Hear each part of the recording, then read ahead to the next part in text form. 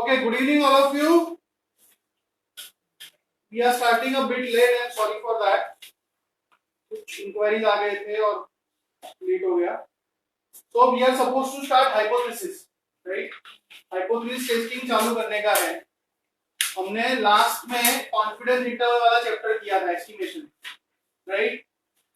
And now we are moving to hypothesis.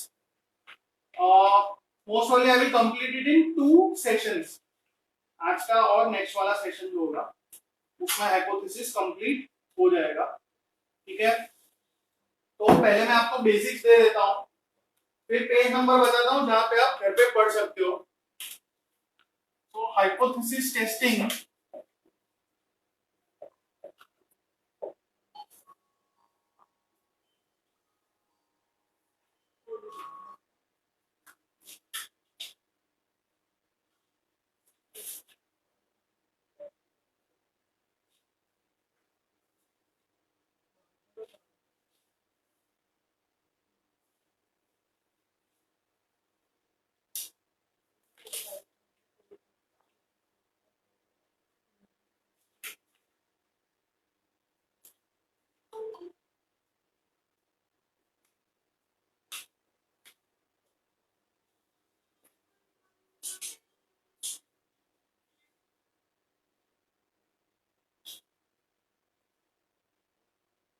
Okay.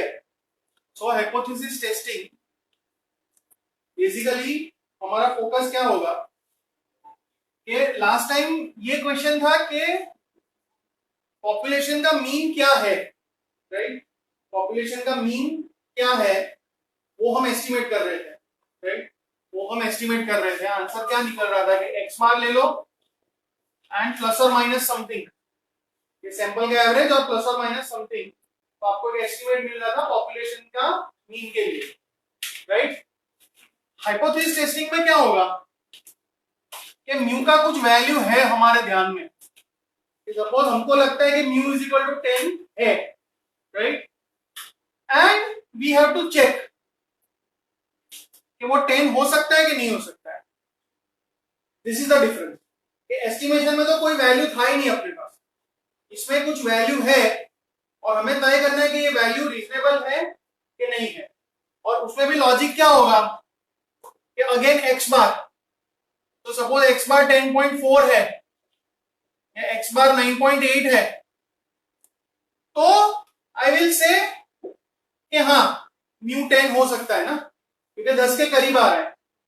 But अगर मान लो X बार 7.2 आ रहा है या एक्स बार 13.6 आ रहा है, मतलब 10 से बहुत दूर आ रहा है, 10 से बहुत दूर आ रहा है, तो वी विल से कि नहीं म्यू इज इक्वल टू 10 बराबर नहीं लग रहा है.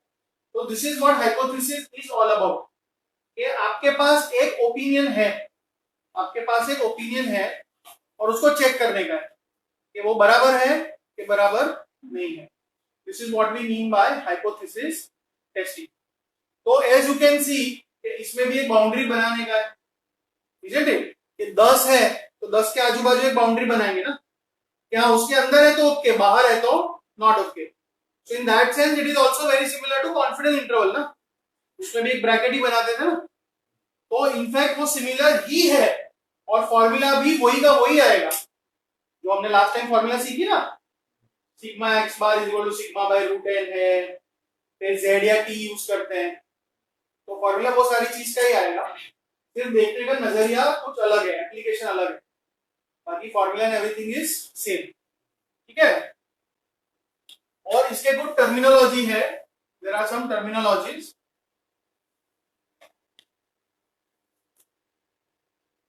एक होता है null hypothesis,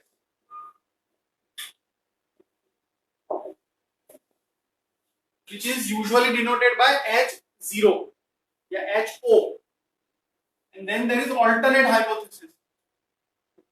Then there is alternate hypothesis which is called H1 या कभी-कभी HA, H1 या HA. ठीक है, online everything is okay, audio video ठीक है? Yes sir. ये आपका H0 और H1 नल और अल्टरनेट हाइपोथेसिस हुआ। अच्छा, इसका लिखने का तरीका कैसे होगा कि सपोज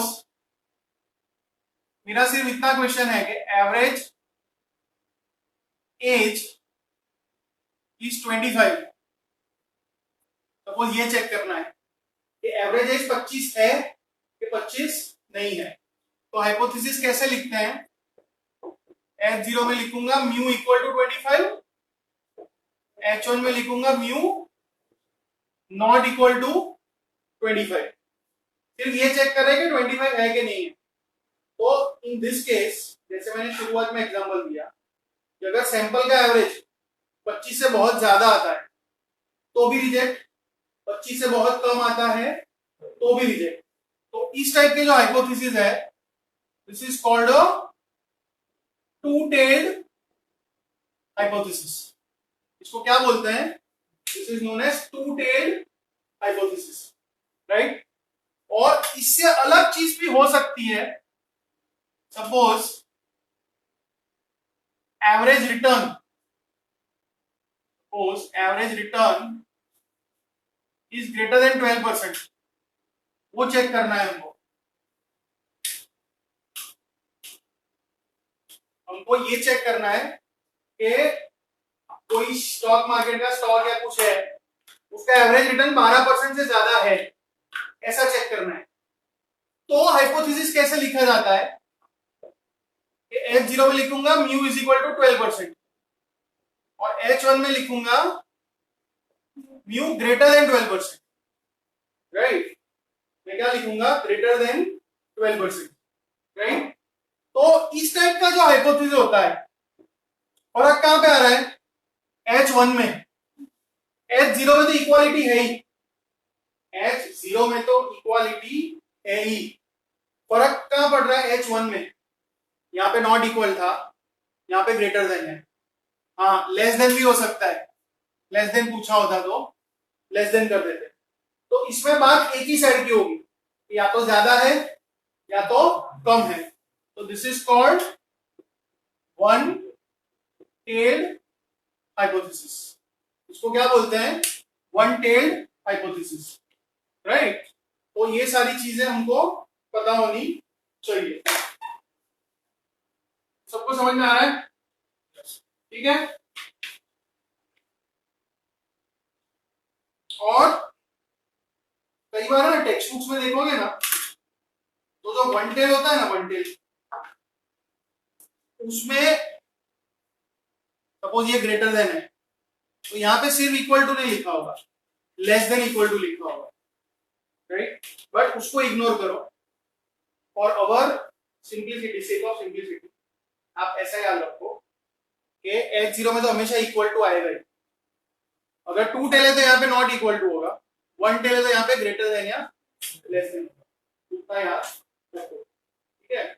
अगर बुक में भी ऑप्शंस में कहीं पे H0 में दिखे ना ऐसा, लेस देन इक्वल टू या ग्रेटर देन इक्वल टू, तो उसको इग्नोर करो, ठीक है, वो ठीक है, technically it is correct, but for exam purposes अपने यहाँ पे इक्वल टू ही दिख रहा है, ठीक है, ओके।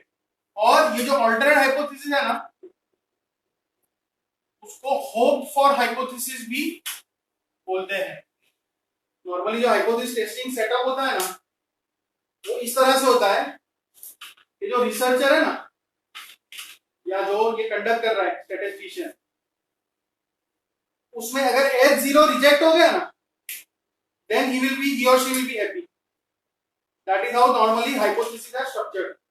कि H0 रिजेक्ट हो जाए ना तो बराबर है, मतलब HA ठीक है, H1 ठीक है।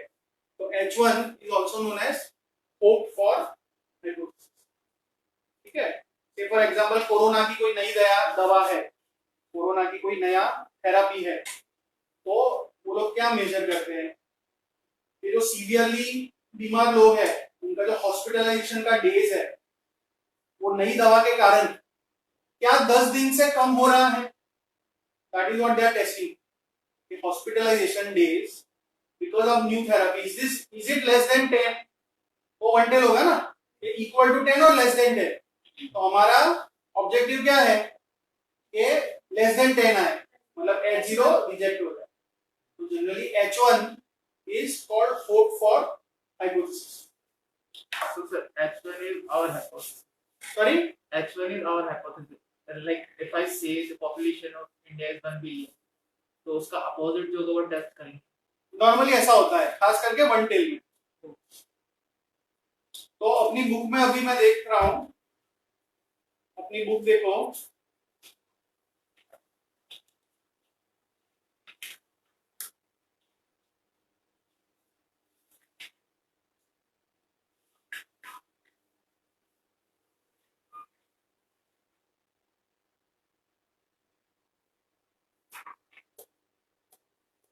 पेज नंबर जो शुरू हो रहा है चैप्टर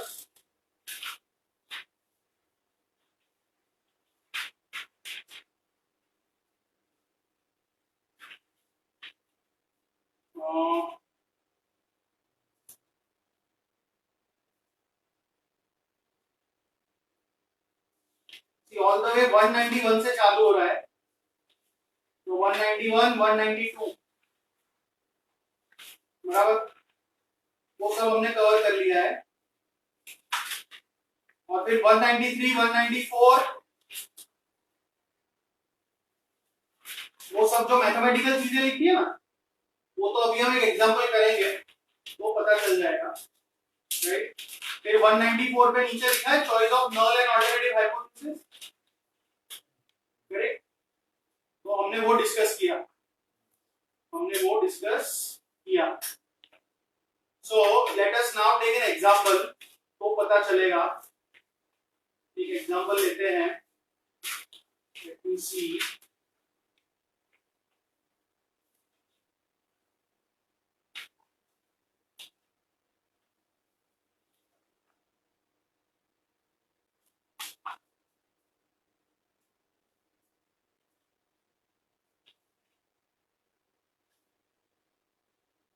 इसमें ना इन लोगों की सीक्वेंस थोड़ी आड़ी टेढ़ी है। पेज 202 पे आओ एग्जांपल के लिए, come to page 202 for example.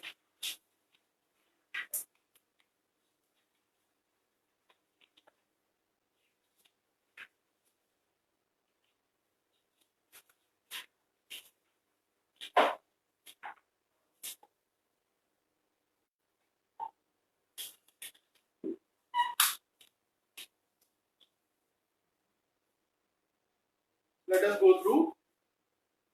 When your company's gizmo machine is working properly, the mean length of gizmos is 2.5 inches,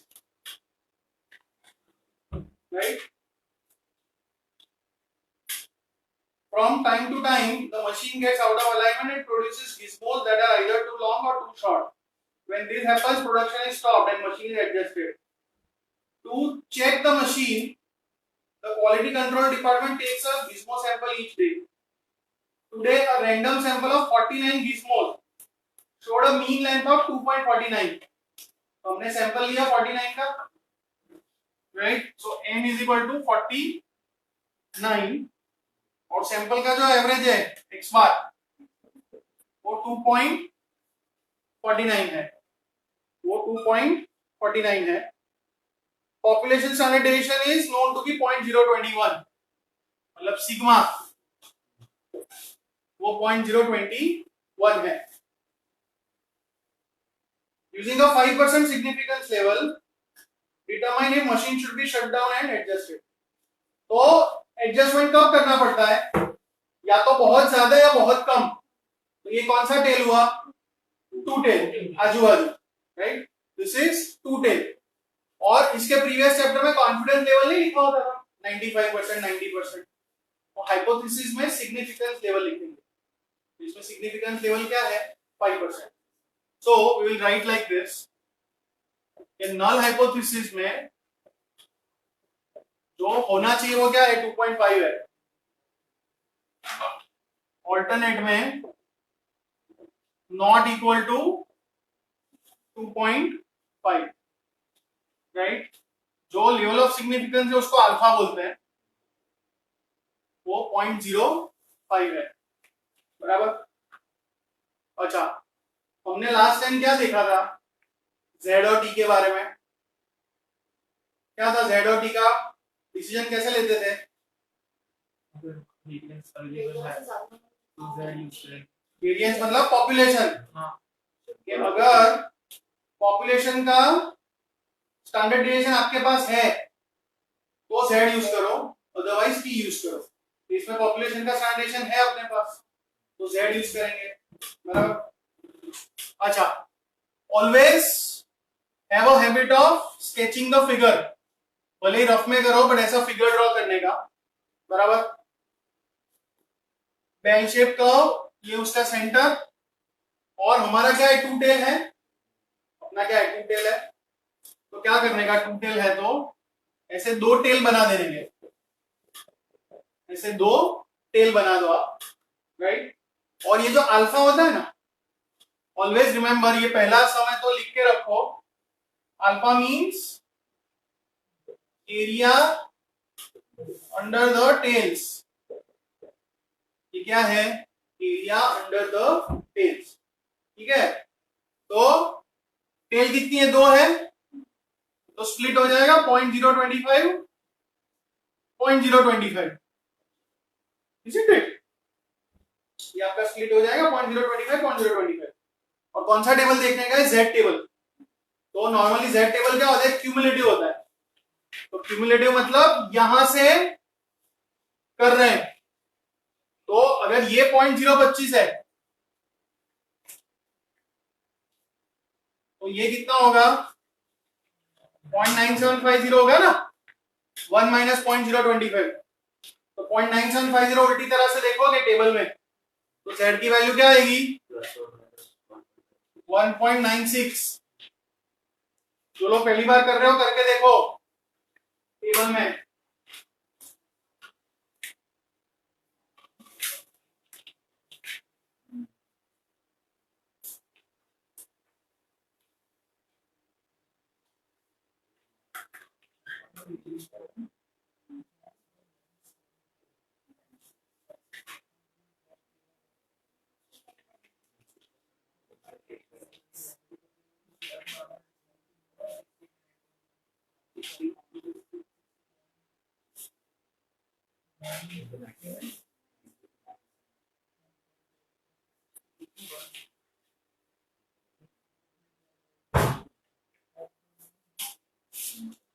All of you 1.96 आ रहा है, राइट।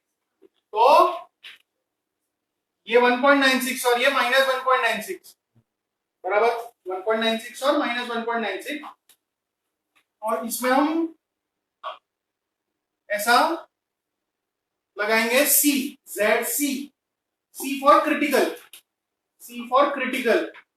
ये आपका बाउंड्री हो गया, ये क्या हो गया आपका, बाउंड्री हो गया, ठीक है। अच्छा, अब देखो एस्टिमेशन हो या हाइपोथेसिस हो, सिग्मा एक्स बार तो निकलता ही है, sigma x bar is equal to sigma upon root n. तो 0.021 अपॉन रूट 49, तो 0.03, हाँ 0.03, ये आपका सिग्मा एक्स बार आया। फिर ये जो दो वैल्यूज आए हैं ZC के, प्लस और माइनस 1.96, ठीक है। तो नाउ लास्ट है, हमको कंपेयर करना है, और ये जो टेल रीजन है ना, उसको रिजेक्शन रीजन भी बोलते हैं, और यहां से यहां एक्सेप्टेंस रीजन है। So finally what we have to do is calculate what I call ZO। Text book में ओ नहीं डालते हैं, बट कुछ टेक्स्ट बुक्स में जहां मैं पहले पढ़ा था डालते थे, and it make sense. O for observe, observe मतलब जो एक्चुअल डेटा है उसके हिसाब से। ये Z वैल्यू कहां से आई, टेबल से आई, वो क्रिटिकल वैल्यू है, वो लिमिट है। ये वैल्यू कहां से आएगी, डेटा में से आएगी। इसका फॉर्मूला क्या है, X bar minus mu upon sigma x bar. Sigma x bar 0.003 है। तो ZO will be 2.49 minus 2.50 upon 0.003। तो नेगेटिव कितना आ रहा है, 3.3 minus 3.33. All of you are getting this number? minus 3.33. तो फिगर में आप देखोगे left hand side limit minus 1.96 तक का है, माइनस 3.33 तो बाहर है ना, it is towards the rejection region, it is to the left of minus 1.96. So conclusion क्या आएगा? नल इज रिजेक्टेड, क्योंकि ये बाहर है. We will say null hypothesis is rejected. तो वो इसका आंसर आया होता माइनस 1.33. तो वो इसका आंसर आया होता माइनस 1.33. तो माइनस 1.33 यहाँ कहीं पे होता, तो we would say null is not rejected. ठीक है. और प्रैक्टिकली इसका मतलब क्या हुआ? नल रिजेक्टेड मतलब ये कैंसल और ये okay. So we have enough reasons to believe that mean is not equal to 2.5. ये इसका प्रैक्टिकल मतलब हुआ. Understood all of you? Online सबका पता चला? Yes, sir. Right. Yes, sir. Okay. अच्छा, दूसरी चीज, ये जो जेडो है ना, ये जो जेडो है ना, उसका एक नाम है, it is called test statistic. उसको क्या बोलते हैं? Test statistic. It is known as test statistic. And see again, आपका जो एग्जाम होगा वो तो एमसीक्यू है, तो पूरा का पूरा तो ऐसा प्रॉब्लम नहीं पूछेंगे. You will only be asked certain part of the problem. मतलब सपोज जेडसी दे दिया है, सब कुछ दे दिया है, सिर्फ जेडो कैलकुलेट करना है और डिसीजन लेना है कि रिजेक्ट या नॉट. राइट, ऐसा कुछ हो सकता है. तो कहां से पूछेंगे वो पता नहीं है, बट पूरा तो नहीं पूछ सकते. ठीक है. जैसे इसी क्वेश्चन में पूछा था, determine if the machine should be shut down and adjusted. Correct. तो यस, क्योंकि हमारा कंक्लूजन क्या आया कि एवरेज 2.5 नहीं है, बदल गया है, तो it should be stop and adjusted. ऐसा. अच्छा, ये वाला जो हमने एग्जांपल बुक में से किया, ये कौन सा है? टू टेल है. एक जेड है ये, और दूसरा ये क्या है? टू टेल है. अभी मैं आपको मेरे तरफ से एग्जांपल दे रहा हूं जिसमें विल डू वन टेल. हम वन टेल करते हैं. ठीक है.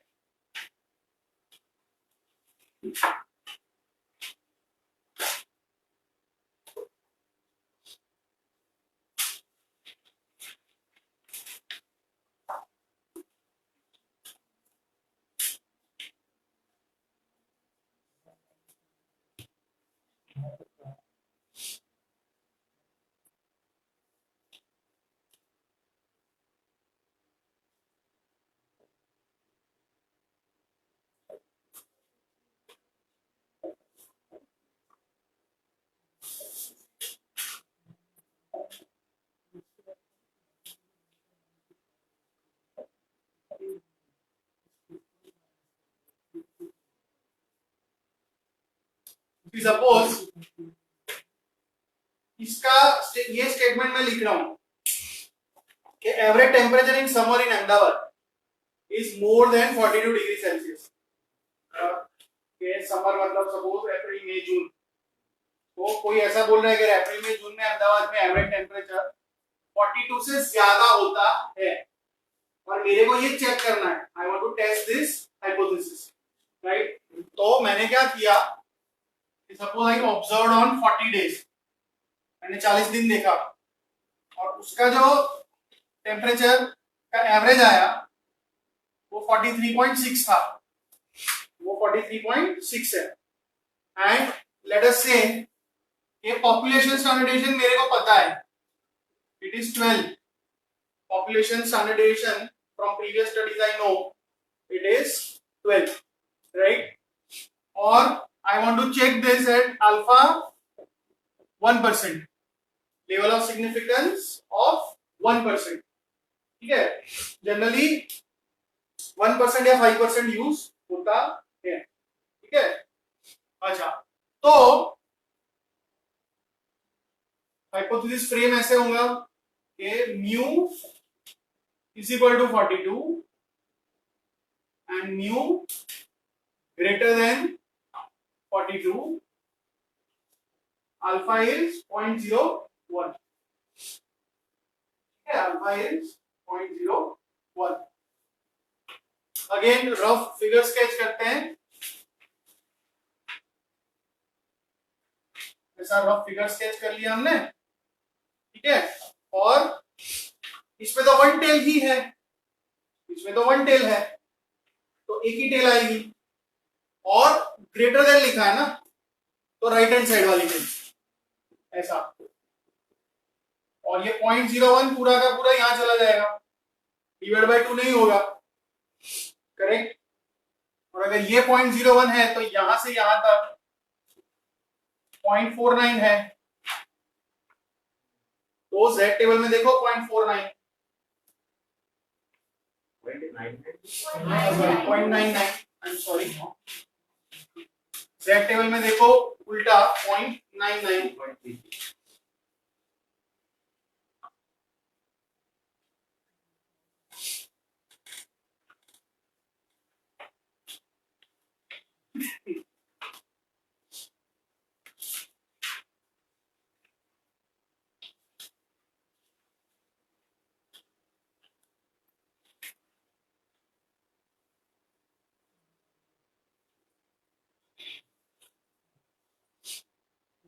क्या आया 2.33, ठीक है।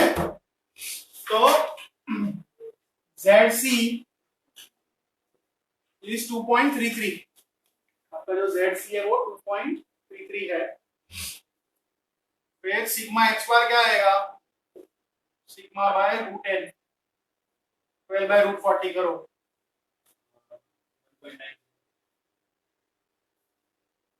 1.90, ऑल ऑफ यू। और फिर ZO फाइंड कर लो,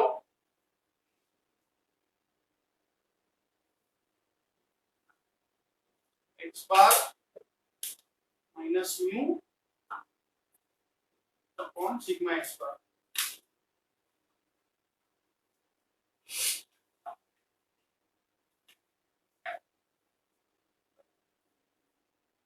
क्या आएगा 0.84, ठीक है। तो 0.84 जो आया आपका, वो तो एक्सेप्टेंस रीजन में ही है, 2.33 से बाहर नहीं निकल रहा है, तो what we will write, null is not rejected, हम क्या लिखेंगे, null is not rejected, technically we should not write accepted, तो नॉट रिजेक्ट लिखते हैं, ठीक है। बट कहने का मतलब क्या है, नॉट रिजेक्टेड मतलब ये बराबर नहीं है, so we do not have enough evidence to say average temperature is more than 42 degree Celsius, understood.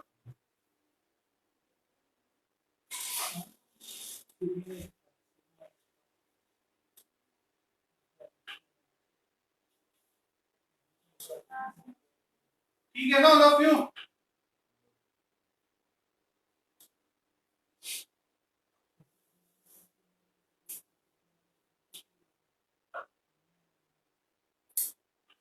जाए आगे। अच्छा, तो हमने वन टेल देखा, टू टेल देखा, लेकिन जो दोनों थे वो कौन सा वाले थे, जेड वाले।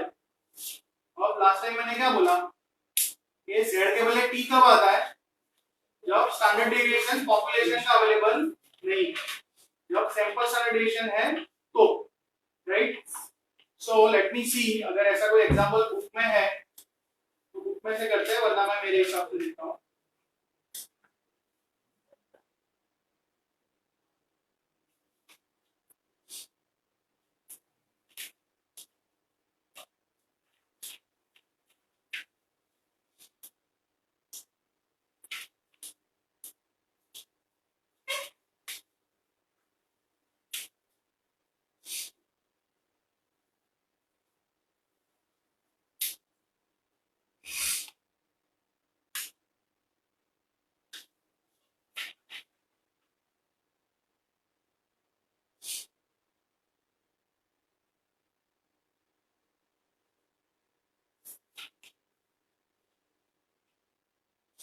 ठीक है, इन लोगों ने तो ऐसा कोई डिटेल एग्जांपल नहीं दिया है ई वाला, but let us take some example.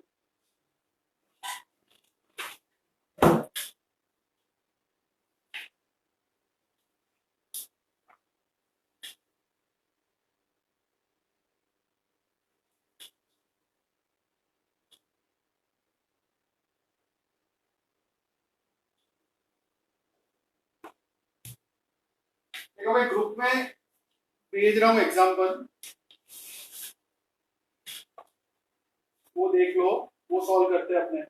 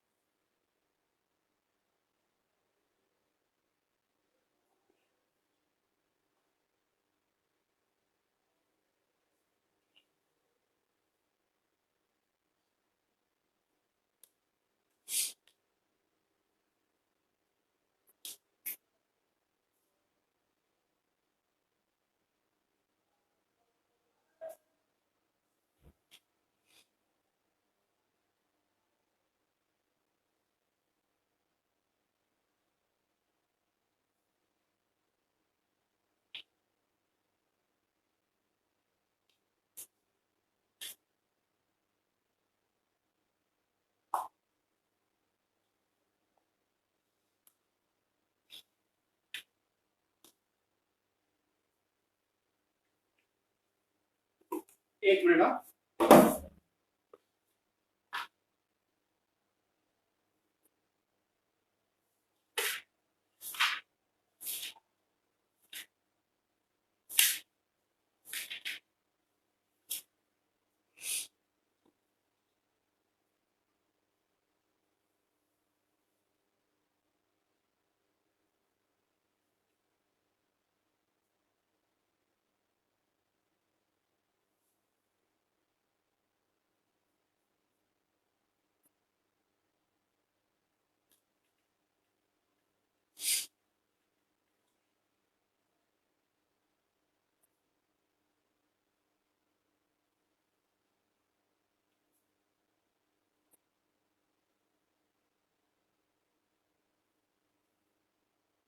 देखो मैंने ग्रुप पे डाला है, वो पढ़ो.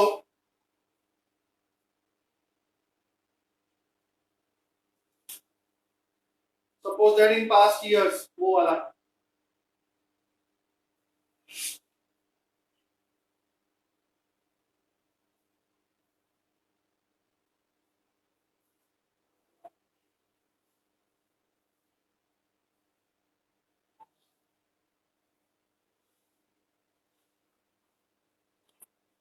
Suppose in the past year average price is 32.28.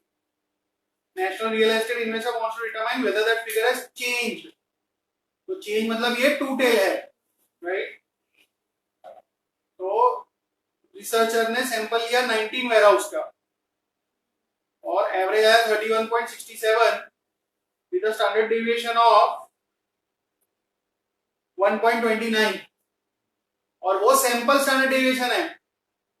वो कौन सा स्टैंडर्ड डेविएशन है? सैंपल स्टैंडर्ड डेविएशन है. और 5% लेवल ऑफ सिग्निफिकेंस पे देखने का है. सो ये तो भी तुम्हें सैंपल स्टैंडर्ड डेविएशन है. नहीं, वो पूरा सेंटेंस लिखा है ना कि उसने सैंपल लिया जिसका एवरेज इतना और स्टैंडर्ड डेविएशन इतना.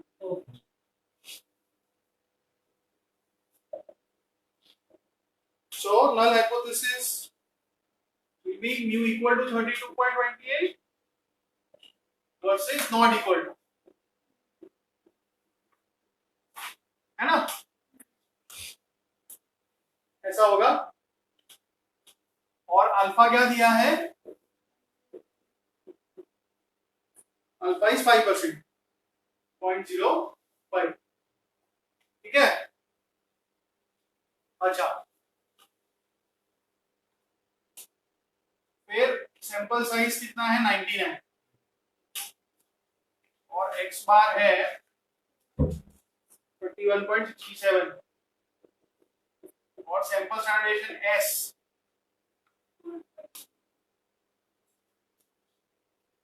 वो 1.29 है।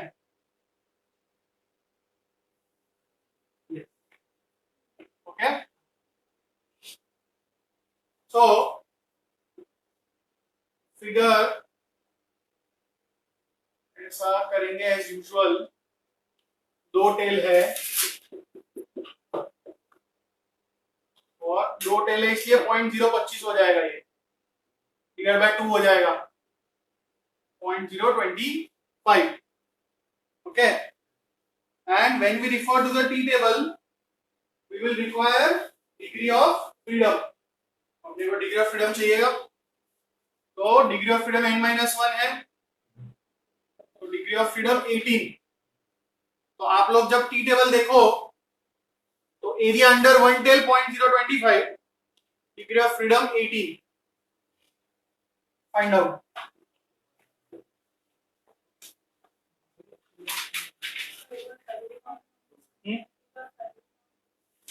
पॉइंट 0.05 डिवाइड बाय 2 करવાનું, રાઈટ। પછી આપણે ટી ટેબલ જોઈશું, તો એમાં એક 0.025 જોવાનું, અને ડિગ્રી ઓફ ફ્રીડમ 18, કારણ કે n-1 2.101।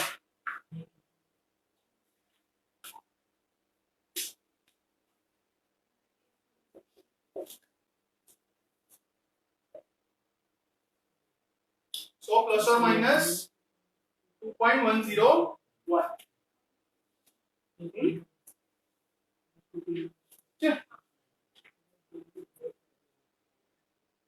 Online all of you clear?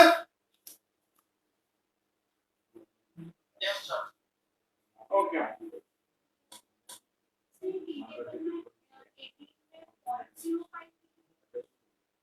One tail में 0.025।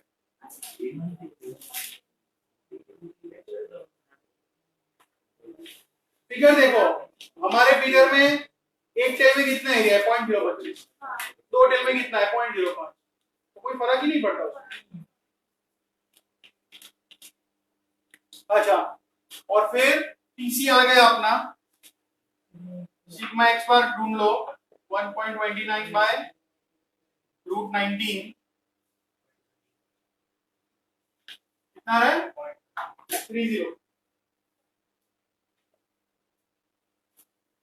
0.30, करेक्ट। एंड देन टीओ, जो हम जेडो बोलते थे ना, अभी टीओ बोलेंगे। Same formula, X bar minus mu upon sigma x bar minus 2.03।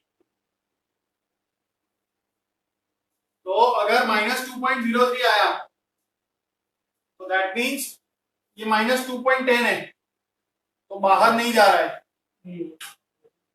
It is in the acceptance region, it is in the acceptance region, so null is not rejected।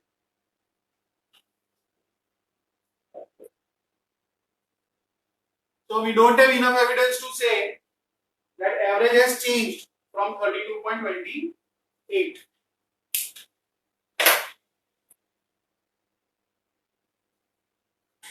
तो procedure सब वही है, सिर्फ आपको यूज करना है t table, that's only thing.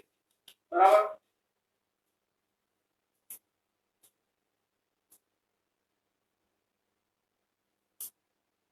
Okay, फिर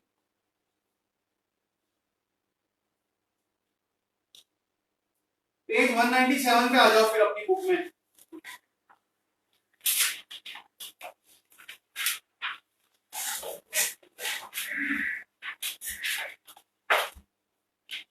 कम to page 197। उसमें confident interval two tail hypothesis test लिखा है। तो कॉन्फिडेंस इंटरवल अभी भूल जाओ, हाइपोथेसिस टेस्टिंग करो, इसका एक बार पढ़ो।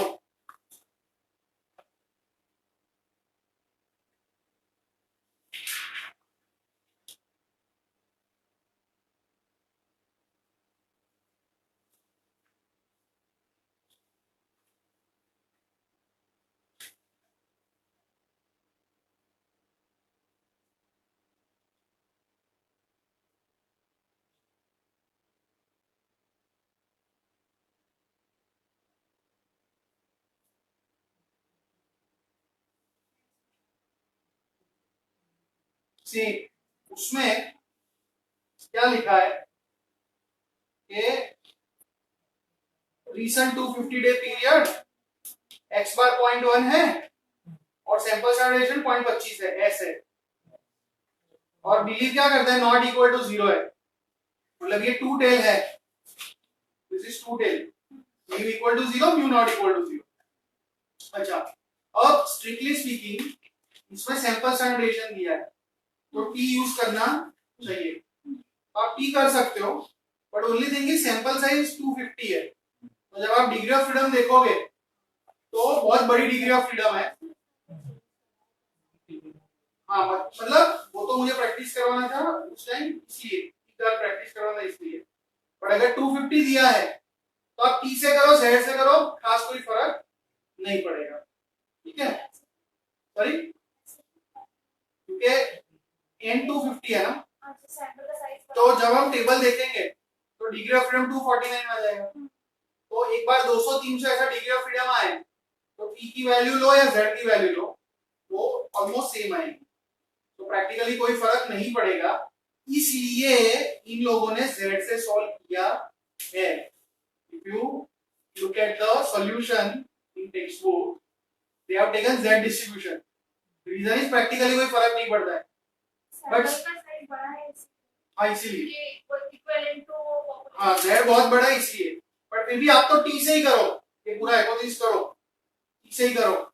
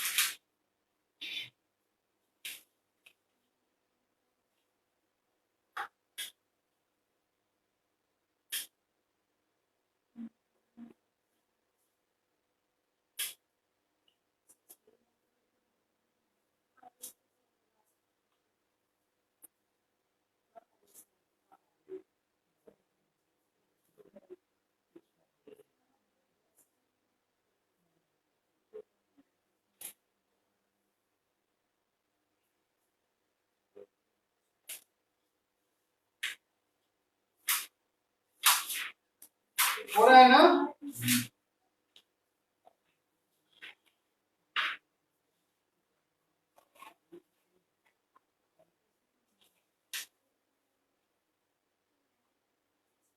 जो आपका पीसी आएगा वो 1.97 या ऐसा कुछ होगा, 9697, ठीक है। और जो टीओ आया वो तो 6.33 आया, मतलब आराम से रिजेक्शन रीजन में। So null is rejected, right? Null is rejected.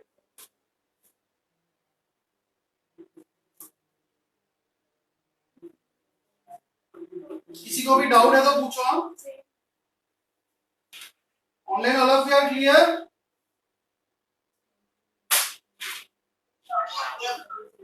Okay, ठीक है।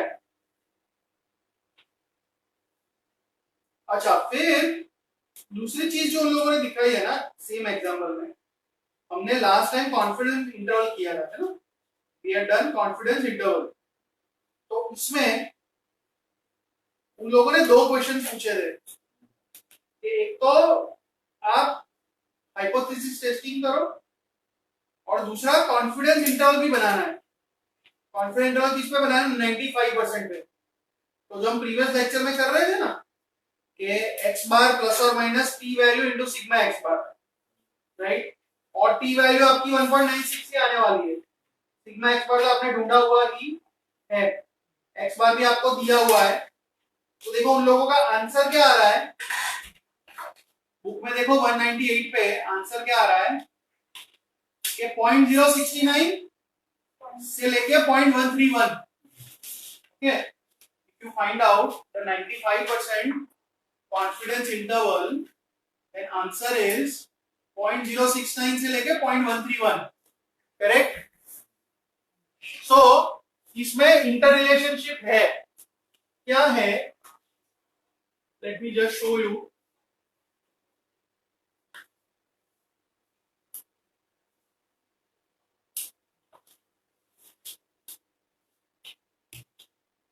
देखो हमारा हाइपोथेसिस टेस्ट क्या था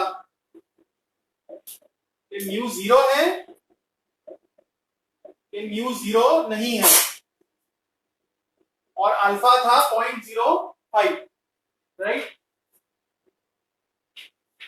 इसका मिरर इमेज ये 95% कॉन्फिडेंस इंटरवल जो आया वो ये है 0.069% से लेके 0.131%, ठीक है।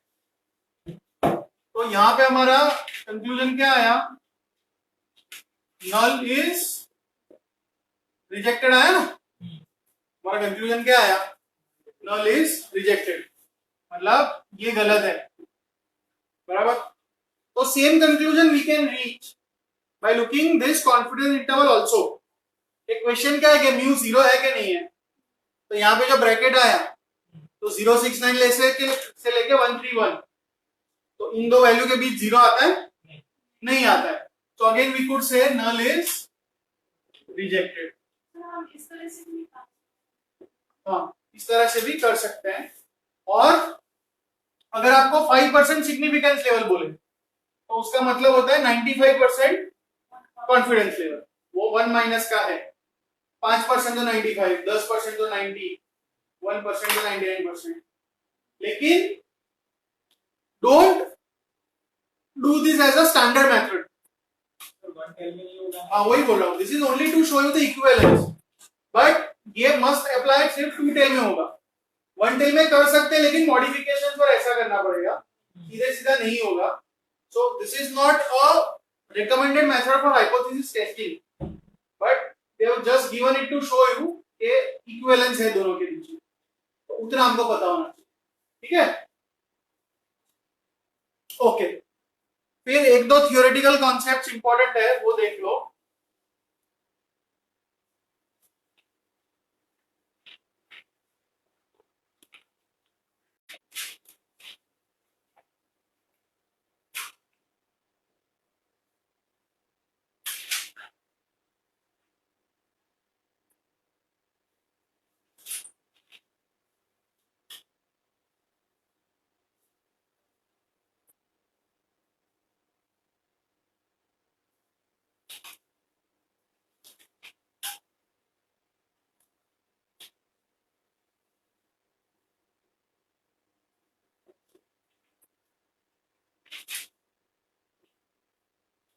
सी हाइपोथेसिस में जो टेस्टिंग होता है और जो कंक्लूजन होता है it is based on a sample, तो हमेशा तो सही नहीं होगा, राइट। तो दो टाइप की गलती हो सकती है, दो टाइप की गलती हो सकती है। एक तो सही है फिर भी आपने रिजेक्ट कर दिया। Think of it like an interview, I want to recruit somebody in my company, I am taking an interview, right. Candidate तो सही था पर उसका इंटरव्यू अच्छा नहीं गया, मैंने रिजेक्ट कर दिया। मतलब एक्चुअली सही था, मैंने रिजेक्ट कर दिया। That is type 1 error, that is called type 1 error, right. और हम जो अल्फा लिखते हैं ना, level of significance, that alpha is nothing but probability of making type 1 error, right. तो वो टाइप 1 एरर है, alpha is the probability of type 1 error. और दूसरा कि एक्चुअली जो कैंडिडेट था वो उतना अच्छा नहीं था बट इंटरव्यू में मुझे इंप्रेस कर गया, इंटरव्यू में ही परफॉर्म और शी परफॉर्म एक्सीडिंगली वेल और रिक्रूट कर लिया, मतलब गलत को एक्सेप्ट कर लिया, तो that is called type 2 error, that is called type 2 error. और उसकी जो प्रोबेबिलिटी होती है उसका नाम है बीटा, उसका नाम है बीटा। और 1 माइनस बीटा को बोलते हैं power of test, 1 minus beta is known as power of test. दूसरी चीज, alpha and beta can not be minimized simultaneously, एक साथ अल्फा और बीटा दोनों को कम नहीं कर सकते, राइट। जैसे मैंने बताया कि सपोज मेरे यहाँ ऐसा पिछले 5 साल से देखने में आ रहा है कि यार ऐसा बहुत है कि अच्छे बंदे अपने में रिजेक्ट हो जाते हैं, मतलब टाइप 1 एरर बहुत है, अल्फा बहुत है, तो मेरे को अल्फा घटाना है, तो मैं क्या करूंगा कि अल्फा घटाना है कि अच्छे बंदे को रिजेक्ट नहीं करना है, तो मैं इंटरव्यू प्रोसेस थोड़ा सिंपल कर दूंगा या 2-3 राउंड रखूंगा, ऐसा सब करने लगूंगा, मतलब फट से कोई रिजेक्ट नहीं होगा, तो टाइप 1 एरर तो कम हो जाएगा, बट क्या चालू हो जाएगा, टाइप 2 एरर। ये गलत बंदे सिलेक्ट होना चालू हो जाएंगे, तो टाइप 1 कम करने जाओगे तो टाइप 2 बढ़ जाएगा, टाइप 2 कम करने जाओगे तो टाइप 1 बढ़ जाएगा। तो अल्फा एंड बीटा एक साथ कम नहीं हो सकता, ठीक है। This is something that you should understand, ठीक है ऑल ऑफ यू। तो ये एक चीज है। फिर दूसरा कि अब तक हमने जो हाइपोथेसिस की मेथड देखी ना, उसमें हम रिजेक्ट या नॉट रिजेक्ट कैसे करते हैं, व्हाट वी डू के ZO वर्सेस ZC या TO वर्सेस TC, नॉर्मली ऐसे करते हैं ना, रिजेक्ट या नॉट रिजेक्ट। बट जब आप स्टैटिस्टिकल सॉफ्टवेयर यूज करते हो इंक्लूडिंग एक्सेल, तो नॉर्मली वो लोग आपको देंगे पी वैल्यू, वो लोग क्या रिपोर्ट करेंगे, p value, and you have to compare p value versus alpha, जो लेवल ऑफ सिग्निफिकेंस होता है उससे कंपेयर करने का, राइट। पी वैल्यू कैलकुलेशन नहीं आएगा बट उसका इंटरप्रिटेशन, इसको यूज कैसे करते हैं। तो व्हाट इज द रूल कि अगर P value is more then alpha तो नल नॉट रिजेक्टेड, ये लिख लेना। और अगर पी वैल्यू कम है अल्फा से तो नल इज रिजेक्टेड,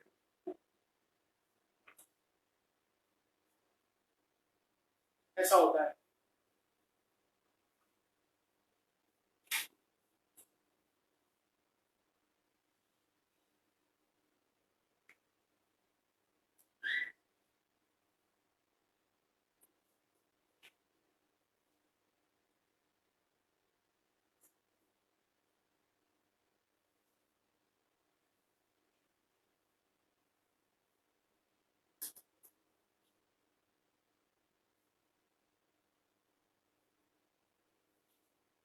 ठीक है।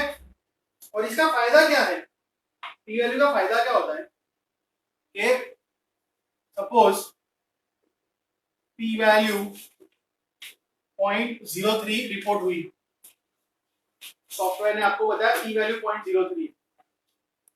तो you can play with value of alpha and see के डिसीजन कैसे फर्क पड़ जाएगा। क्योंकि अगर अल्फा 0.01 लेता हूं मैं है तो 0.01 के मुकाबले पी वैल्यू बड़ा है, तो पी वैल्यू बड़ा है मतलब मेरा रिजल्ट क्या होगा, नॉट रिजेक्टेड, राइट। लेकिन अगर अल्फा 0.05 लेता हूं तो नल रिजेक्ट हो जाएगा। तो I can very easily visualize, right. जबकि मान लो पी वैल्यू 0.0003 आई, राइट, सपोज 0.0003 आई मतलब बहुत छोटी है, तो इसका मतलब क्या होगा कि कुछ भी लू 0.1 लू 0.5 लू हमेशा रिजेक्ट ही होना है। या बहुत बड़ी आई सपोज 0.23 आई तो हमेशा वो तो नॉट रिजेक्ट ही होना है। तो नॉट जस्ट के रिजेक्ट या नॉट रिजेक्ट बट कितने मार्जिन से क्या हो रहा है वो भी तुरंत पता चल जाता है। सो SPSS एक्सेल ये सारी चीजें जो होती है उसमें पी वैल्यू रिपोर्ट होती है, so that we should know, ठीक है। और उन लोगों ने एक छोटा सा पैराग्राफ दिया है that there is a difference between statistical significance and economic significance. Let me show you which page, 199 पे ना, स्टैटिस्टिकल सिग्निफिकेंस और इकोनॉमिक सिग्निफिकेंस। तो एज पर जो CFA इंस्टीट्यूट है या कोई भी जब आप MBA पढ़ते हो ऐसा कुछ है, मतलब हम सब क्या है, हमारा ये जो ब्रांच है स्टडी का वो क्या है, fundamental analysis, right, we are into fundamental analysis, correct.